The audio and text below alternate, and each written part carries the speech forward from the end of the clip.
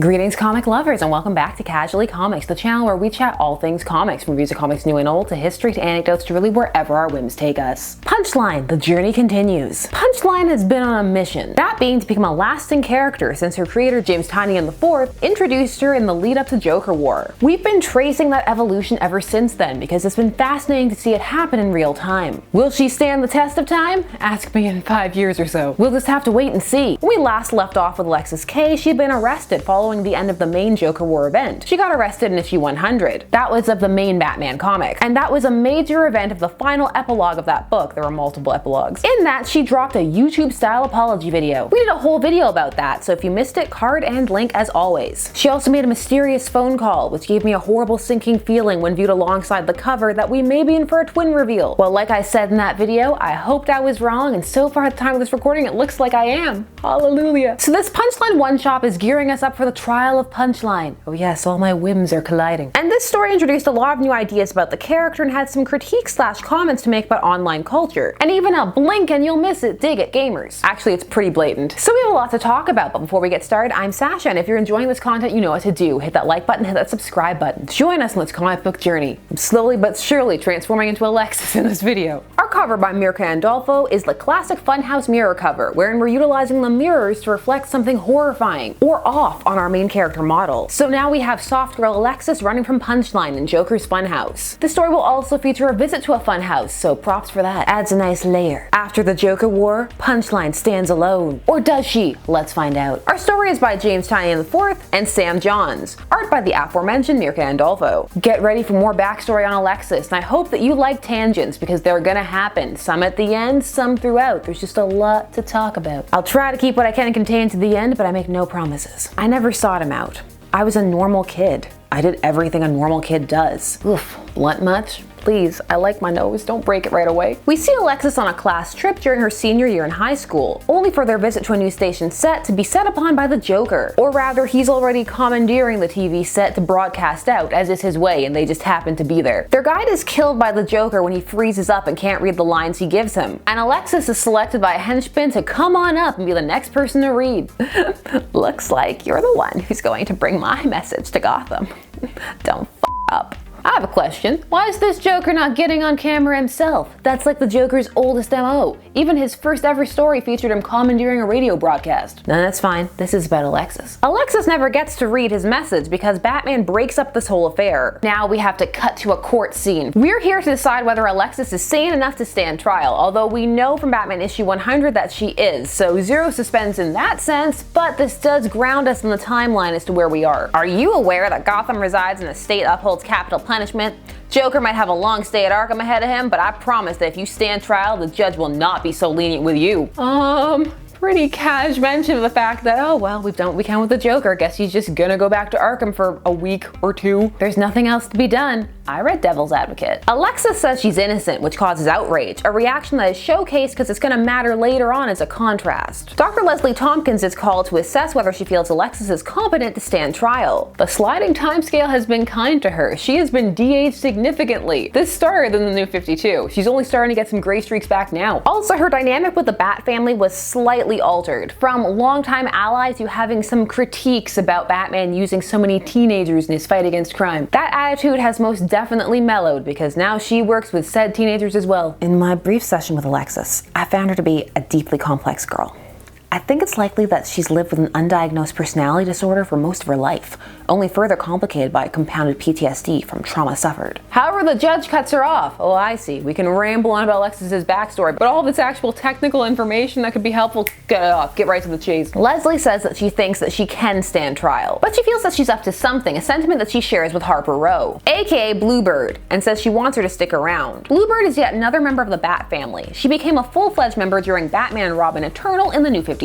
And hasn't been used too much since. But Tynion was super excited to be using her, Leslie, and her brother Cullen, and he had this to say. The other thing I let slip in one of those interviews is that I'm going to be bringing back Harper Row, Bluebird, in a project I can't talk about directly yet. She and her brother Cullen serve as a perfect mirror to the sort of work I'm looking to do. Joker War is designed to change Gotham City, and I need more characters in hand that serve as the voice of the man on the street. Another character I'm excited to be giving more play is Leslie Thompkins. Harper and her brother Cullen are from the Gotham Narrows, one of Gotham's toughest neighborhoods, and hence they're meant to bring a different dynamic to the Bat fam. What about Jason, you may be asking? He's from the streets. Shh, he's the black sheep. Look, we wanted to bring more characters in, just don't ask. The Bat family is ever expanding. I see she is also rocking a Punchline blue streak. Perhaps she'll be changing that in the future. As Punchline is escorted to the police car, we see that she has allies all around, as one of her guards in the GCPD reveals a Joker tattoo and gives her the phone she uses to upload her YouTuber apology video, which has a lot more tears in this rendition than it did in Batman 100. I don't know, I still think it needs more dog. People believe you so much more when you have a dog. We then get some shade thrown at YouTube as Harper comes home to see her brother Cullen watching the video. Hey, don't blame me. I just wanted to watch clips of kids falling down. It's all up to the algorithm. Don't think I don't see how they bolded the word algorithm. Tangent time in defense of the wonky YouTube algorithm. It is constantly being tweaked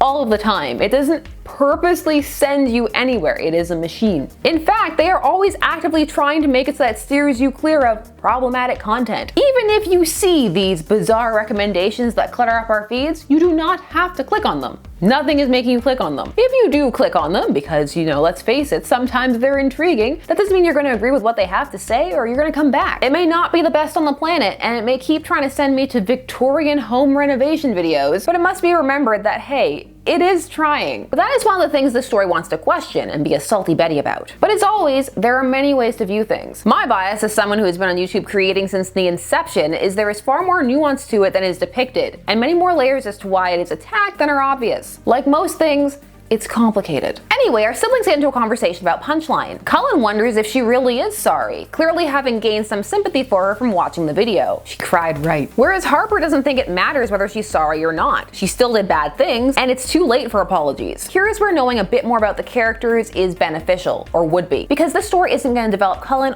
all that much outside of the confines of this very one-shot. So it may seem like he does things for reasons only shown in this story, when he actually has a complex backstory dealing with being bullied for his homosexuality that could prime him for some of the things that are going to happen within this story. Potentially being taken advantage of because of pre-existing anger at society's injustices, and perhaps anger he's never fully gotten the chance to deal with. It could add a layer to his character and build up the overall environment and his mental state. But this story is going to focus more on the fact that he's on the internet, and he games. He plays Call of Honor. Totally not Call of Duty. There are also some hints dropped that Cullen feels a bit jealous about Harper's bad activities.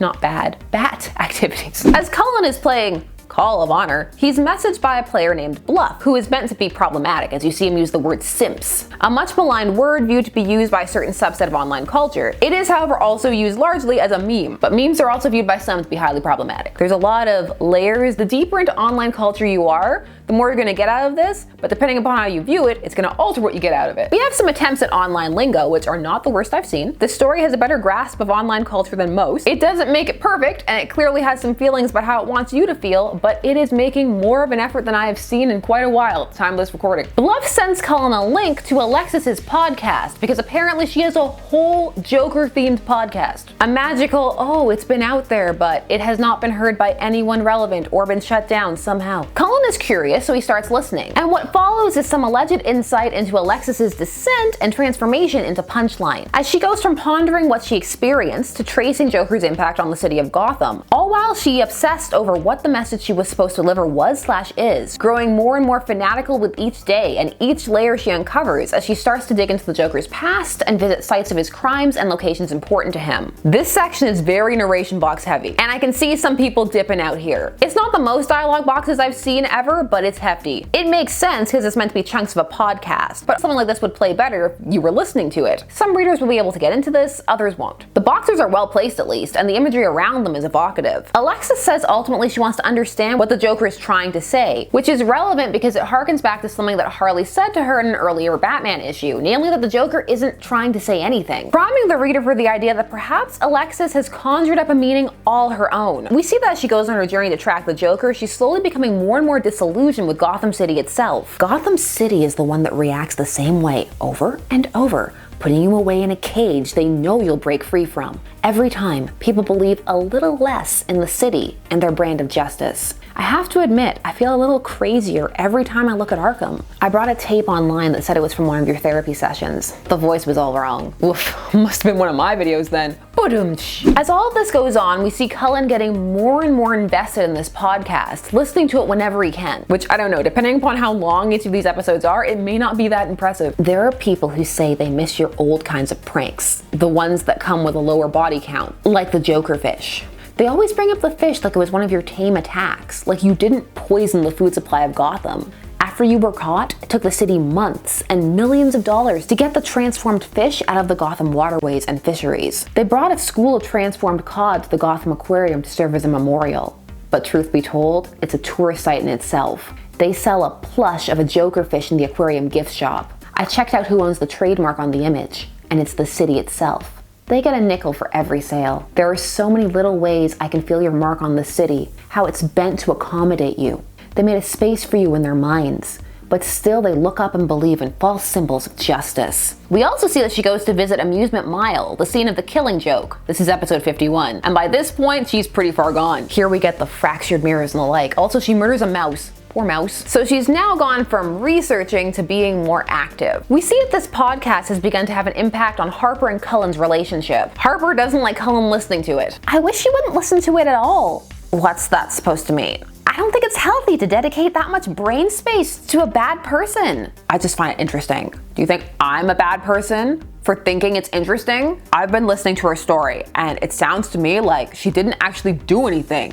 It's not like I'm defending the Joker. He's bad, obviously. No one is saying he isn't, but she's not the Joker. So tell me, what did she do? This conversation may hit a little hard, seem a little heavy-handed. What's being discussed is indoctrination, or at least that's what's meant to be being shown. Cullen slowly being indoctrinated by listening to this podcast. Miles will vary on how this scene plays out for you. This is a very current at the time of this recording fear and conversation. How much of an impact one's online interests have on their day-to-day life is up for discussion. Ideas considering what is called platforming an individual, the idea that if certain ideas are put out there and heard, they will turn or radicalize others. The counter, the idea that he's a good person, that listening and being interested in Punchline doesn't change that about him. This is one of those moments that may have played out a bit better if you know more about Cullen, so hopefully you do, because if not, you only have this story to go on. It's very abrupt from like, oh, you met him, and now he loves Punchline. There are in actuality many seeds showcased and not explicitly remarked upon, but are there to build context, such as his broken screen on his phone, implying that he may not have the money to fix it. Call of honor. How he's always seen listening to this podcast alone, implying an isolation or disconnect. It's good subtle storytelling. The counter that tends to be used to this argument in general is one I brought up earlier, the idea of agency, and also that individuals are unique, that they can be exposed to the same stimuli and have completely different responses, and that it doesn't really have to do much with being a good or bad person at all. Would some people be radicalized by Punchline's podcast? Potentially.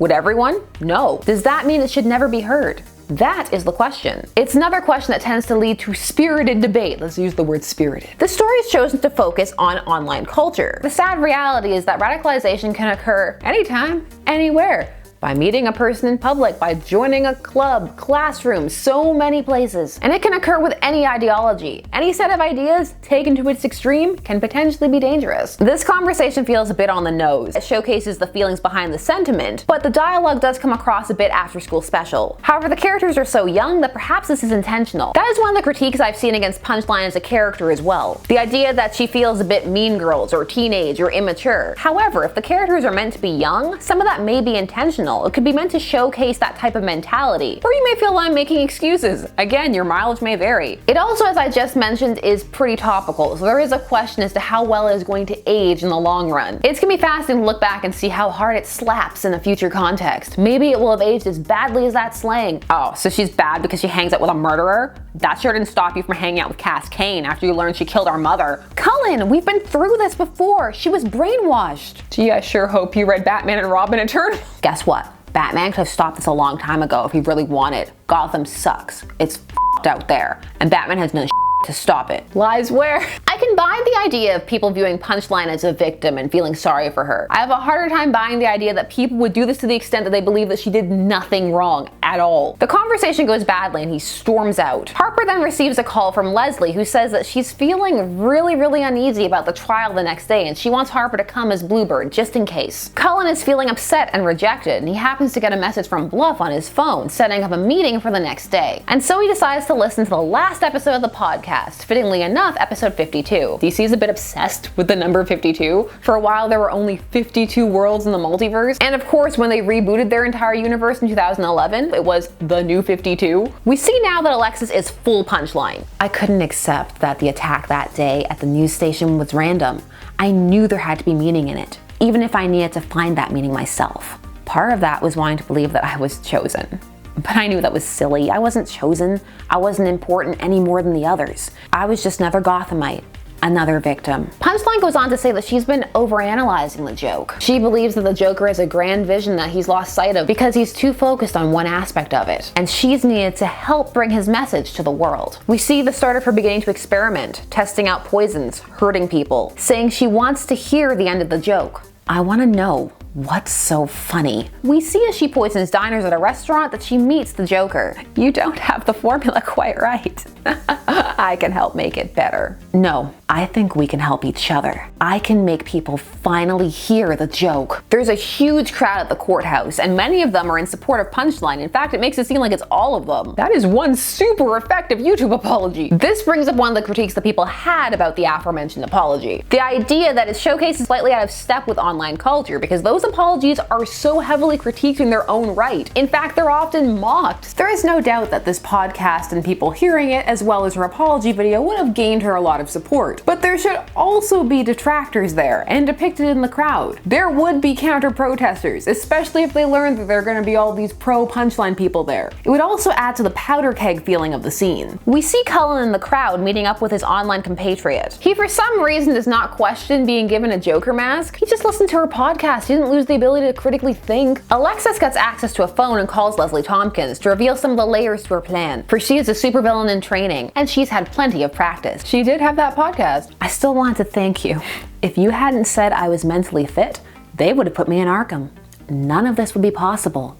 People tend to stop listening when they think you're crazy. We see here that this is indeed part of the plan. Alexis wanted to stand trial as Punchline. She wanted the world to see, to listen, to be interested in her, to look her up, find her podcast. Confusingly, we also learned that Dr. Thompkins knew about the podcast and that her account now has millions of subscribers, or at least 1 million. Why is it not taken down? That would have been taken down. People would have re-uploaded it, but the original banned. That kind of thing, especially after the Joker War, there's no way. I cannot believe. I can only suspend so far, and we're about to have a court case. She then makes her case for why she could be more dangerous than the Joker. Joker wasted so much time trying to make a single heckler laugh, but he forgot about the rest of the audience. And I don't just mean Gotham. Did you know my little show has been played on every continent?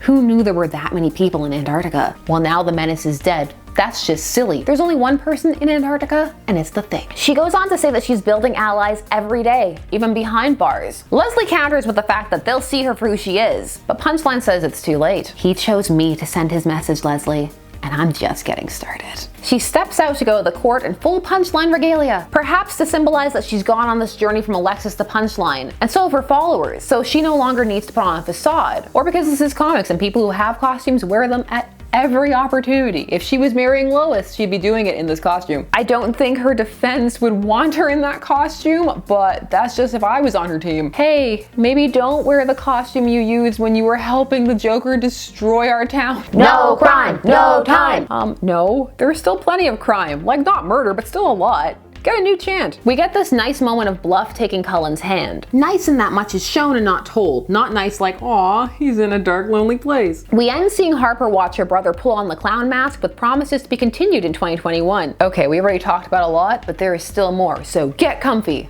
Well, I mean, I hope you're already comfy. Get even more comfortable. Let's start with what this does well. It certainly is effective in adding more layers to Punchline, and in ways that still allow you to have questions about her character. For example, is Alexis a reliable narrator? Is she really just a victim twisted by an encounter with the Joker? Or is the entire experience of her podcast carefully crafted by her to mold sympathy? Is this all a subtle masterclass in creating an atmosphere to sway people not just to her side, but to her mindset? If that's the case, then her encounter with the Joker becomes more clever than cliche. If it's not, then it is a bit of, oh, she needs something to have happened to her. People don't just become enamored of something or someone for no reason, except that they do, and that is a whole different level of scary. But also very difficult to write and convey in a realistic manner. It can come across a bit shallow, even though it can actually be quite deep. The story also brings focus on Cullen, Harper, and Dr. Thompkins well, setting them up as major players, which was one of the intentions. However, it doesn't give you enough about them if you're unfamiliar, and the one editor's note of Batman and Robin Eternal, not the most helpful. It's like, just go read the whole arc. This one shot also gives you space to ponder and ask questions about the issues it raises. However, its stance, it seems to me at least, is pretty clear. Call of honor. Try harder. That very same plot could have been put forth a different way. Cullen, who's already interested because he's watched the video as we've seen, goes online and searches for Alexis, and he stumbles upon this podcast. And then while he's there, he could be contacted in the comments by Bluff, or see a comment by him and reach out to him. So the fact that Call of Honor is the method is trying to make a distinct statement that one may or may not agree with. How well this grasps online culture in general is going to be up for debate, as that is not a monolithic experience. Everyone has something different to say about it. So for some, this is going to hit the nail square on the head. For others, a swing and a miss.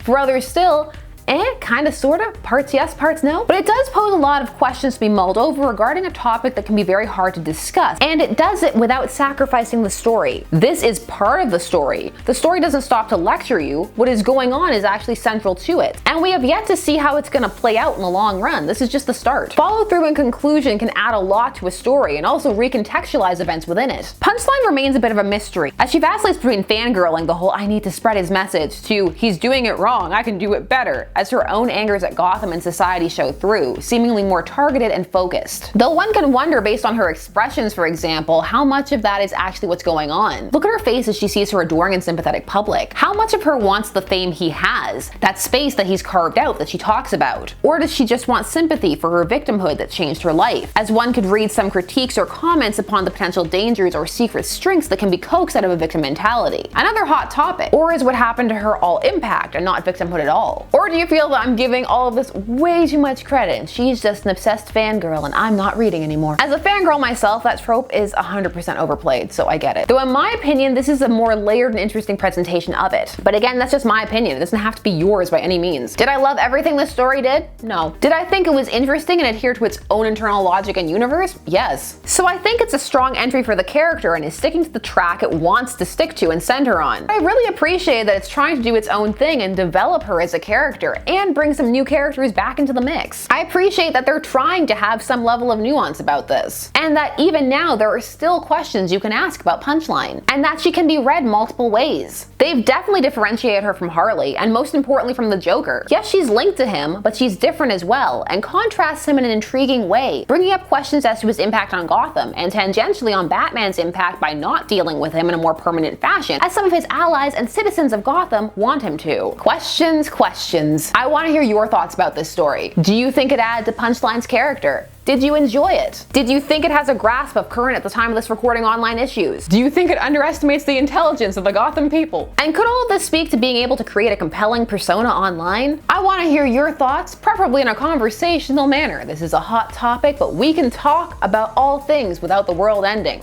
I believe. Can't crush my spirit. Keep on keeping on, and share all your thoughts down below. And while you're down there, please do all the YouTube things. Like, share, comment, subscribe, and hit the bell notification so that you never miss a vid. Thanks so much for taking some time out of your day to spend it discussing comics with me. I always appreciate it. I'll see you again soon. Bye bye.